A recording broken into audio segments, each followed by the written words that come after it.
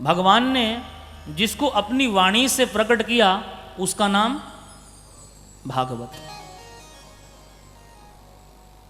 भगवान की वाणी से कब प्रकट हुआ?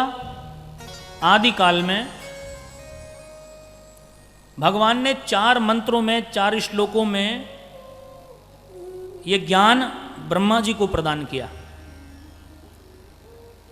और ब्रह्मा जी ने इसी ज्ञान को आत्मसात करके ये सृष्टि बनाई, सृष्टि की रचना की। और यही 4 श्लोकों का ज्ञान ब्रह्मा जी ने अपने बेटे नारद जी को दिया और नारद जी ने यही 4 मंत्रों का ज्ञान महर्षि वेद व्यास को दिया। फिर वेद व्यास जी ने इन 4 मंत्रों से 4 श्लोकों से श्रीमद् भागवत का विस्तार किया और 18,000 श्लोकों में इस बृहद ग्रंथ की रचना की। भागवत जी की रचना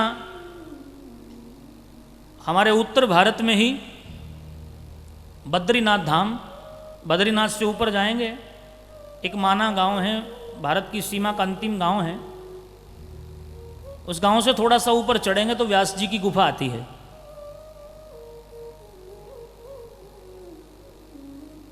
उस माना गांव में व्यास जी महाराज ने भागवत की रचना की।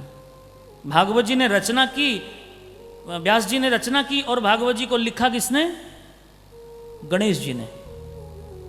व्यास जी श्लोक बोलते थे और गणेश जी लिखते थे। आज भी वहां पर 2 गुफा हैं, ऊपर व्यास जी की गुफा है, थोड़ा सा नीचे गणेश जी की गुफा है। व्यास जी श्लोक बोलते थे, मंत्र बोलते थे और गणेश जी उसको लिखते थे।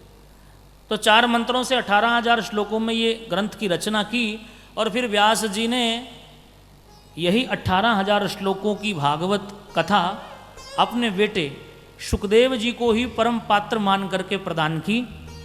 और फिर शुकदेव जी ने जब राजा परीक्षित को श्राप लगा 7 दिन में मरने का, यही कथा 7 दिन में सुनाई और परीक्षित की परम गति हुई।